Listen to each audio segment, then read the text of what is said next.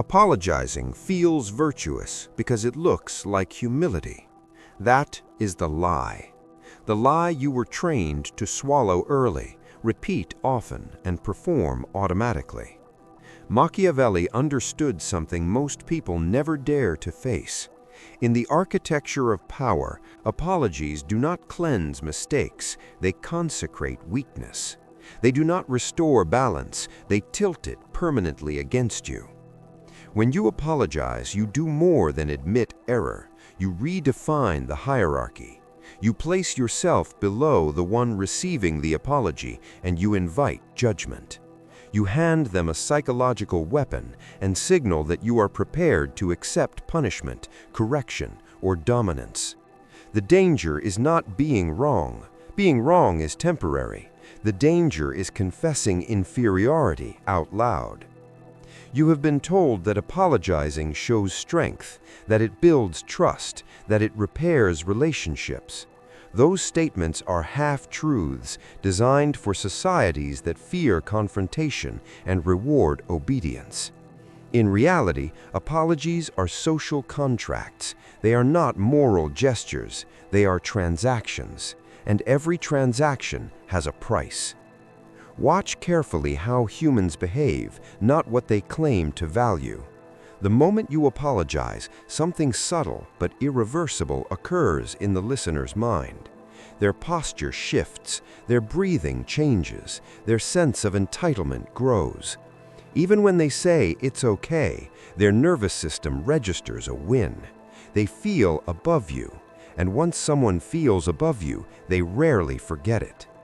This is not cynicism, it is biology. Human beings evolved in hierarchies. Long before laws and ethics, status determined survival.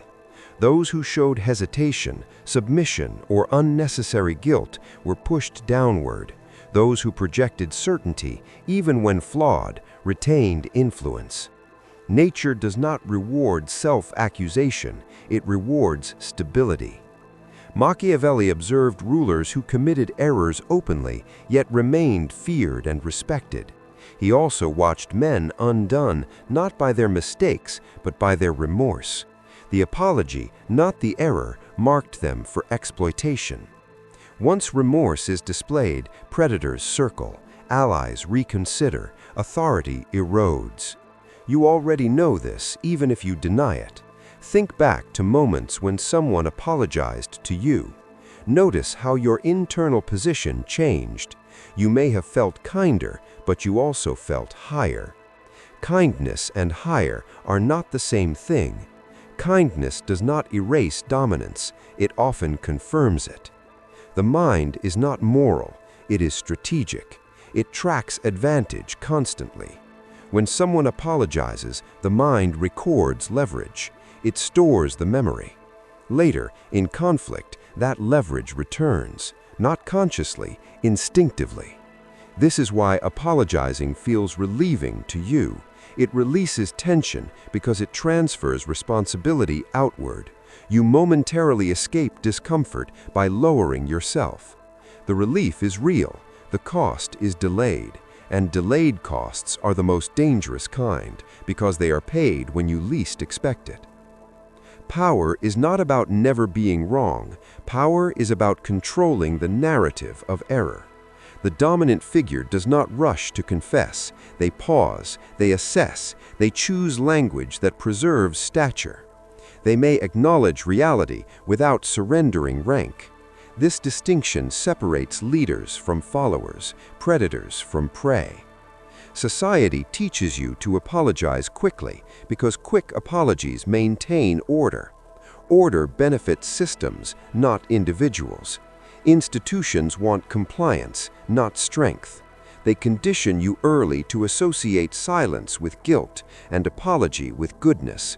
But guilt is a leash, and goodness, when weaponized, becomes a cage. Notice how the most powerful people rarely apologize spontaneously. When they do, it is calculated, framed, controlled. They apologize for abstractions, not specifics, for outcomes, not intentions, for misunderstandings, not weakness. Their apologies do not lower them, they elevate them by appearing generous. You, however, were taught to apologize for existing, for taking space, for speaking directly, for asserting boundaries. Sorry became your reflex, a verbal flinch, a submission signal disguised as politeness. Machiavelli would call this a failure of perception. You confuse moral cleanliness with strategic clarity. You believe admitting fault restores balance, when in fact it redraws the battlefield. Being wrong can be corrected. Authority once surrendered must be re-earned, often at 10 times the cost. This is why apologizing is more dangerous than being wrong. Wrongness is an event. Apology is a declaration. In the coming moments, you will feel resistance to this idea. That resistance is not logic. It is conditioning.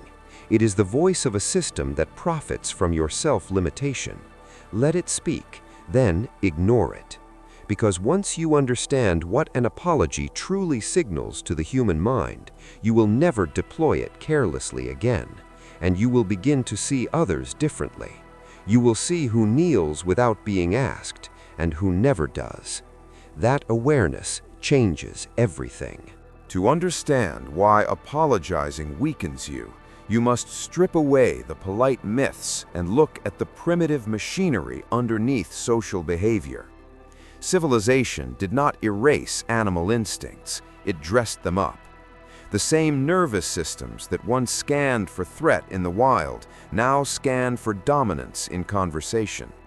Every interaction is a quiet negotiation of rank. When you apologize, the other person's brain does not hear ethics, it hears submission. This is not a metaphor, it is neurology. The human brain is constantly asking one question beneath conscious awareness: who is in control here? Apologies answer that question instantly. They announce that you accept a lower position in the moment, and the brain does not easily forget such announcements. You may think the apology closes the incident. In reality, it opens a file. From that point on, your words are filtered differently. Your confidence is questioned more easily. Your boundaries are tested more aggressively, not because the other person is evil, but because the human mind is opportunistic. It moves toward advantage the way water moves downhill. This is why repeated apologizers are rarely respected, no matter how kind or competent they are. Their constant concessions train others to expect compliance. Expectation becomes entitlement. Entitlement becomes control. Machiavelli understood that power is not sustained by moral gestures, but by perception. Perception is not what people say they believe, it is what they feel is safe to challenge. The moment you apologize unnecessarily, you tell the world that you are safe to press. Look closely at social hierarchies. The people at the top make fewer apologies, not because they make fewer mistakes, but because they understand timing. They understand that silence creates ambiguity, and ambiguity preserves authority. When you rush to explain yourself, you remove ambiguity. When you apologize, you remove it completely. Ambiguity forces others to hesitate. Apologies remove hesitation. This is why predators prefer prey that flinches early. The flinch saves energy. It tells them where the line is. An apology is a verbal flinch. You have likely been taught that refusing to apologize is arrogance, another lie. Arrogance is loud insecurity. Control is quiet certainty. The refusal to apologize is not the denial of reality. It is the refusal to kneel publicly. There is a difference between acknowledging facts and surrendering position. Most people never learn it. They collapse both into one word: sorry. But sorry does more than describe regret. It assigns blame inward. It declares that you are the problem. Once you declare yourself the problem, others will build solutions that exclude your authority.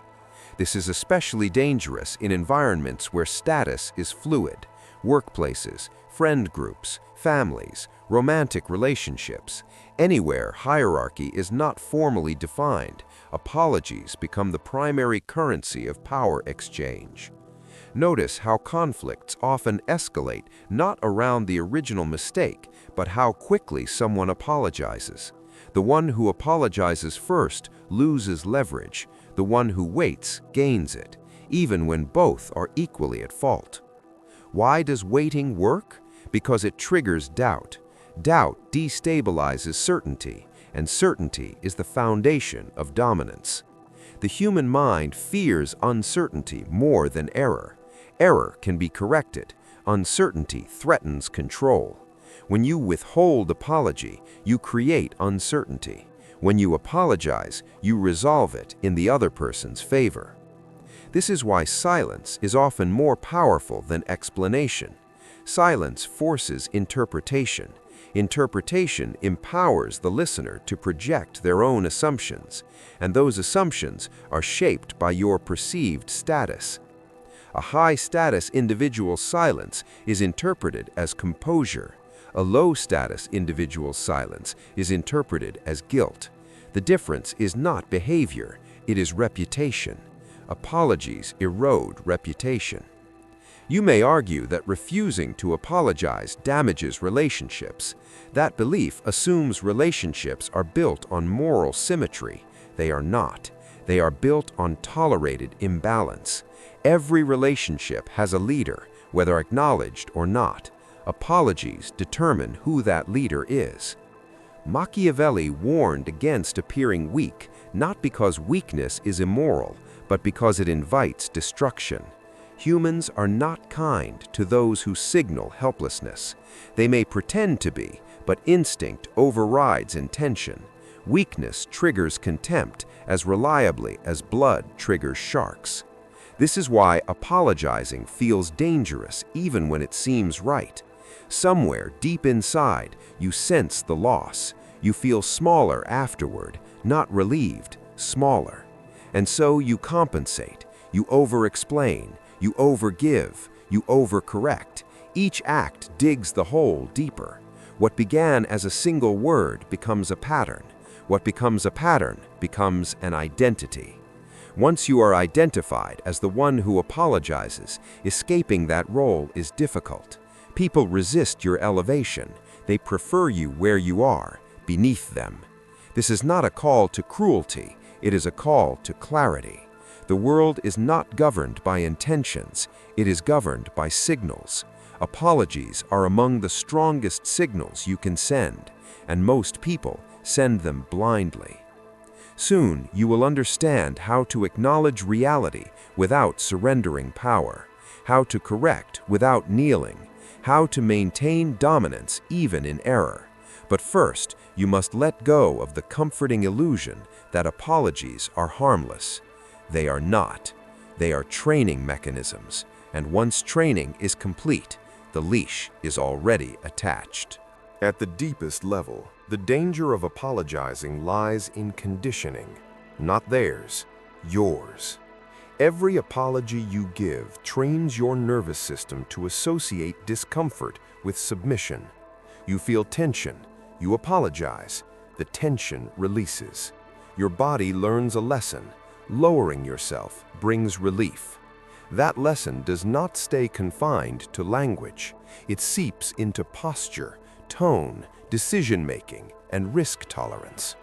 Over time, you become smaller without noticing, safer, less threatening, easier to manage. This is how power is lost quietly. Machiavelli understood that control over others begins with control over oneself. A ruler who cannot tolerate internal discomfort will always seek external absolution. And absolution, when granted by others, is power given away. The human brain is a prediction machine. It scans past behavior to forecast future outcomes. When you apologize frequently, others predict compliance. When they predict compliance, they design interactions that extract it. They interrupt you more. They push boundaries further. They assume your silence equals agreement. Not consciously, automatically. This is why the same people who demand apologies are often the least forgiving. They do not want resolution, they want confirmation of rank. The apology is proof that the hierarchy still holds. Being wrong does not confirm hierarchy. Apologizing does. You were taught that guilt is virtuous. In reality, guilt is a social control mechanism. It evolved to keep individuals aligned with group norms. Groups do not care about your power, they care about stability, and stability often requires your submission. When you apologize, you are not restoring harmony, you are signaling that you can be corrected. Corrected people are manageable. Manageable people are replaceable. This is why leaders do not rush to apologize. They wait for the environment to settle. They allow emotional energy to dissipate. Then they speak from a position of calm authority, not reactive guilt. Notice the difference in how children apologize versus how adults with power do. Children apologize reflexively because they are dependent, powerless. Adults who retain power apologize selectively, if at all. They are not dependent on approval, they generate it. The moment you apologize to someone who seeks dominance over you, you feed their hunger. You give them evidence that pressure works. And once pressure works once, it will be applied again. Pressure is a test. Apology is an answer. Predators test boundaries constantly, not because they are cruel, but because they are efficient. They want to know how much resistance they will encounter. A quick apology tells them very little. This is why apologies escalate conflicts rather than resolve them in unequal relationships. The more you apologize, the more is demanded of you, not because the other person is never satisfied, but because you have taught them to expect your submission. Power is never taken all at once. It is extracted in increments, one apology at a time. Machiavelli warned that men who try to be good in all circumstances will be destroyed by those who are not. Apologizing indiscriminately is an attempt to be good everywhere. It is a refusal to recognize that not all audiences deserve your humility. Humility is powerful only when it is chosen, not compelled. An apology given under pressure is not humility, it is capitulation. There is also a darker truth. Many people do not want you to apologize because they were harmed. They want you to apologize because it validates their self-image. It makes them feel righteous, superior, or morally elevated. Your apology feeds their identity. Once you see this, you cannot unsee it. You begin to notice how often apologies are demanded theatrically, publicly, loudly, with an audience. Because public apologies are not about repair, they are about spectacle. They are rituals of humiliation designed to redistribute status. Machiavelli would recognize these rituals immediately. They are modern executions without blood. The crowd does not want justice, it wants submission. And the moment you submit publicly, your authority collapses privately. This does not mean you should deny reality or gaslight others. That is amateurish. True power does not distort facts, it reframes them.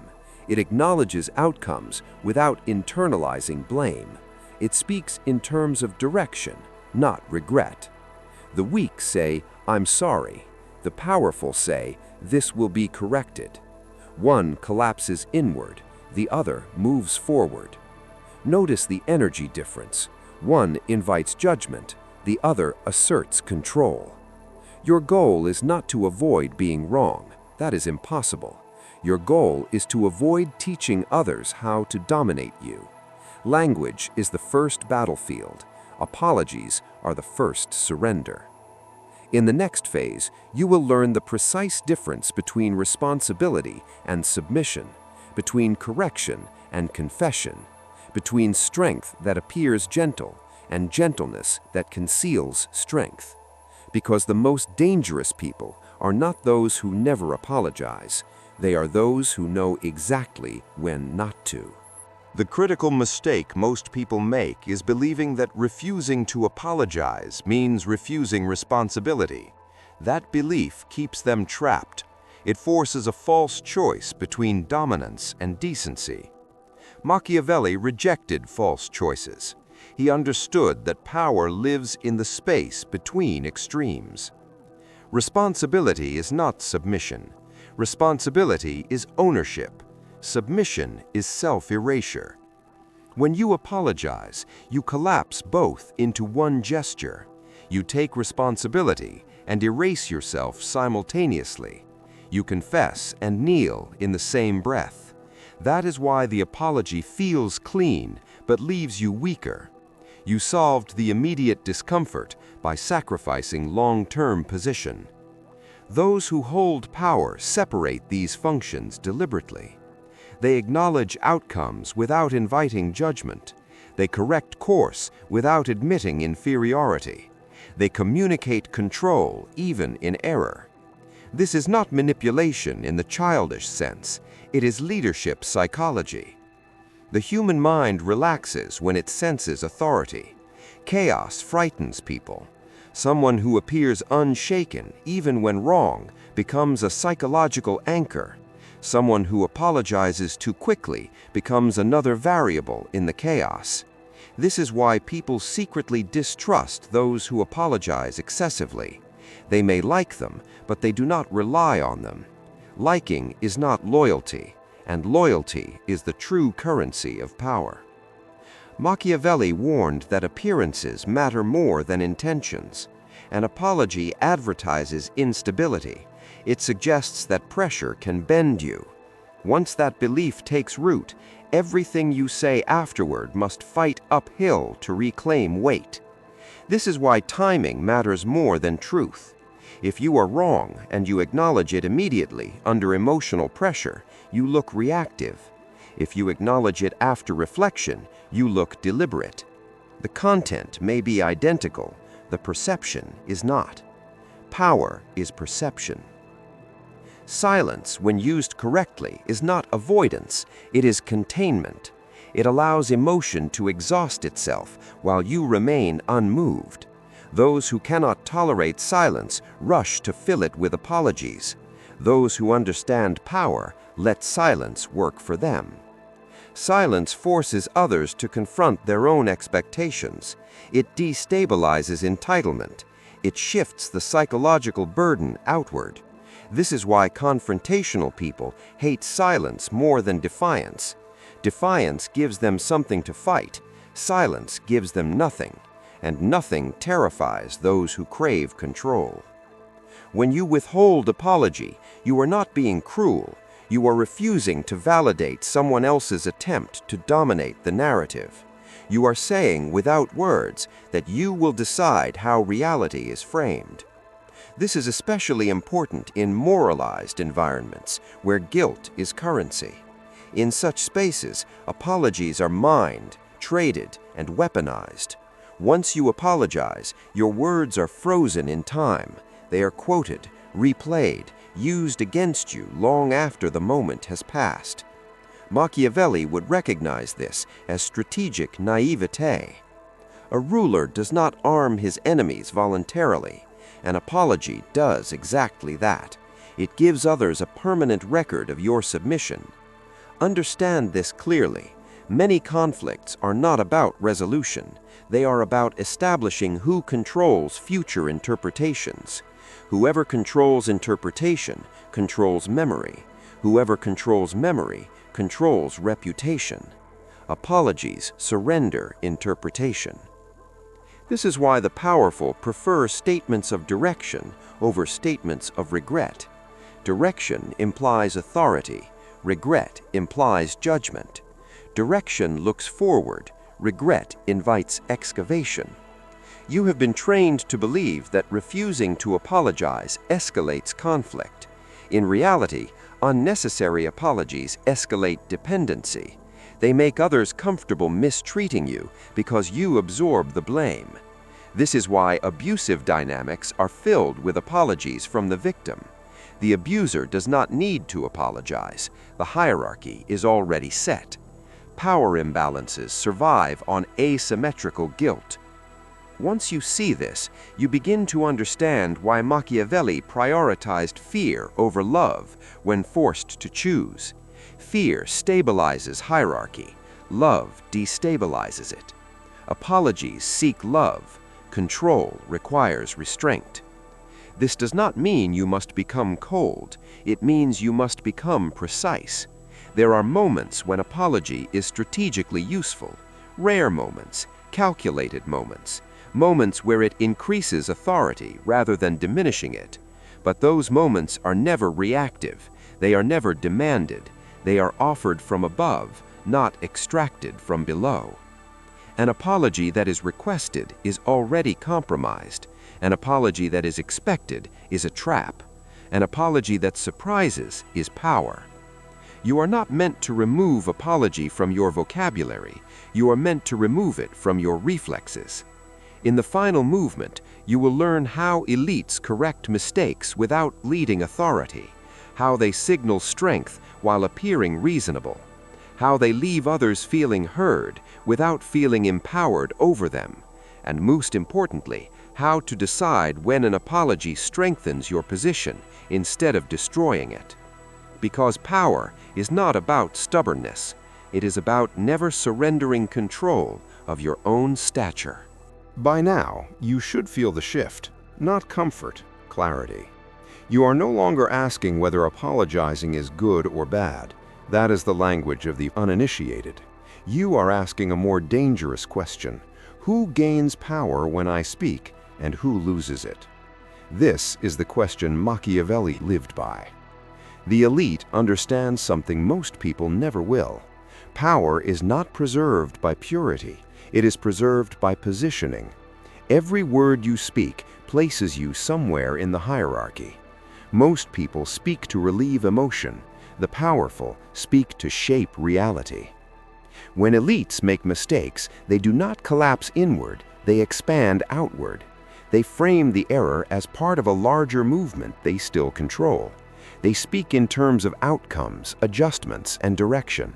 They acknowledge facts without accepting moral subjugation. They do not say, "I was wrong." They say, "This is not the result we wanted." The difference is subtle. The effect is massive. One invites judgment. The other commands alignment. This is how authority survives error. This is how leaders remain leaders even when they fail. Apologies are not removed from their arsenal. They are weaponized, deployed sparingly, strategically, often upward, rarely downward, never under pressure, never to satisfy outrage, never to soothe someone seeking dominance. When an elite apologizes, it feels like generosity, not surrender. It feels optional, not forced. And because it feels optional, it increases respect rather than diminishing it. That is the paradox. The apology that strengthens you is the one you did not have to give. This is why timing is everything. The elite allow time to pass. They let emotion decay. They let narratives compete. Then, if they choose to speak, their words land in calm territory. Authority always sounds calmer than accusation. The weak rush to apologize because they cannot tolerate tension. The strong let tension exhaust itself. This is also why the elite are comfortable being misunderstood temporarily. They know that clarity given too early is a gift to adversaries. Confusion buys time. Time restores leverage. Machiavelli wrote for those who wished to rule reality, not be praised by it. He understood that moral approval is fleeting, but authority compounds. Every time you resist the urge to apologize reflexively, you reclaim a piece of yourself. Your posture changes, your voice steadies, your presence grows heavier. Others feel it. They may not articulate it, but they sense that you are no longer easy to move, easy to guilt, easy to corner. And once that sense forms, their behavior adjusts automatically. pressure decreases, demands soften, respect emerges quietly. This is how dominance works, not through force, but through friction. You become harder to push. Understand this final truth clearly. Most people are not punished for being wrong. They are punished for admitting weakness in environments that reward strength. The world is not fair, it is perceptive. Those who apologize too often train others to see them as lesser. Those who reserve apology train others to negotiate. You were told that apologizing makes you human. In reality, restraint makes you formidable. This does not turn you into a tyrant, it turns you into an adult among children. Someone who understands that emotions are signals, not commands, that guilt is optional, that authority begins with self-control. Once you internalize this, your life changes in subtle but irreversible ways. Conversations shift, conflicts shorten, people explain themselves to you more than you explain yourself to them. You are no longer auditioning for acceptance, you are selecting alliances. This is what Machiavelli meant by power. Not domination for its own sake, but immunity from manipulation, the freedom to act without begging for moral permission. And now you face a choice. You can forget this and return to comfort, or you can sharpen yourself and step into a smaller, colder, clearer circle of people who see the world as it is, not as they wish it were. This channel is not for everyone. It is for those who prefer clarity over comfort, control over approval, power over illusion. If you are one of them, you already know what to do next.